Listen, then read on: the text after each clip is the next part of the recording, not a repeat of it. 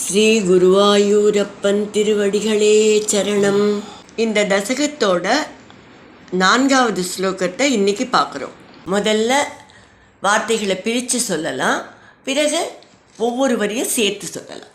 மதங்க சங்கஸ்ய பலம் ந தூரே, மதங்க சங்கஸ்ய பலம் ந தூரே, க்ஷணேன தாவத் பவதாமபி ஸ்யாத், க்ஷணேன தாவத் பவதாமபி ஸ்யாத், யுத்யுல்லபன் வல்லவதல்லஜேப்யஹ, இத்யுல்லபன் வல்லவதல்லஜேப்யஹ, த்வம் பூதநாமாதனுதா சுகந்திம், த்வம் பூதநாமாதனுதா சுகந்திம், மதங்க சங்கஸ்ய பலம் ந தூரே, க்ஷணேன தாவத் பவதாமபி ஸ்யாத், மதங்க சங்கஸ்ய பலம் ந தூரே, க்ஷணேன தாவத் பவதாமபி ஸ்யாத், யுத்யுல்லபன் வல்லவதல்லஜேப்யஹ,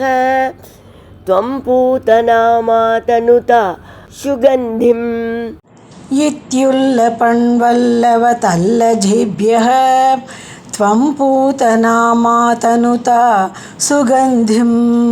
இப்போ நாம் இந்த ஸ்லோகத்தோட வார்த்தைகளை பிரித்து அர்த்தங்களை பார்க்கலாம்.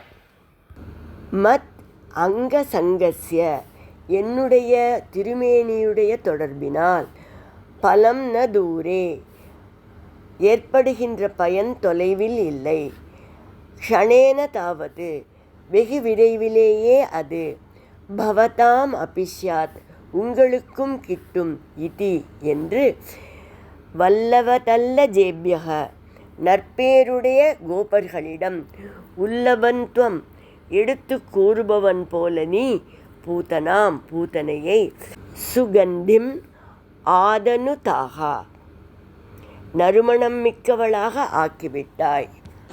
இப்போ இந்த ஸ்லோகத்தை முழுவதுமாக பாராயணம் பண்ணி இதோட முழு அர்த்தத்தையும் பார்க்கலாம். மதங்க சங்கஸ்ய பலம் ந தூரே, க்ஷணேன தாவத் பவதாமபி ஸ்யாத், யுத்யுல்லபன் வல்லவதல்லஜேப்யஹ, த்வம் பூதநாமாதனுதா சுகந்திம். இந்த ஸ்லோகத்தில் பட்டதிரிகள் என்ன சொல்கிறார்னா, பூத்தனையுடைய சவத்தை எரித்தபோது மிகுந்த வாசனை மிக்க புகை மேலே எழும்பி வந்தது.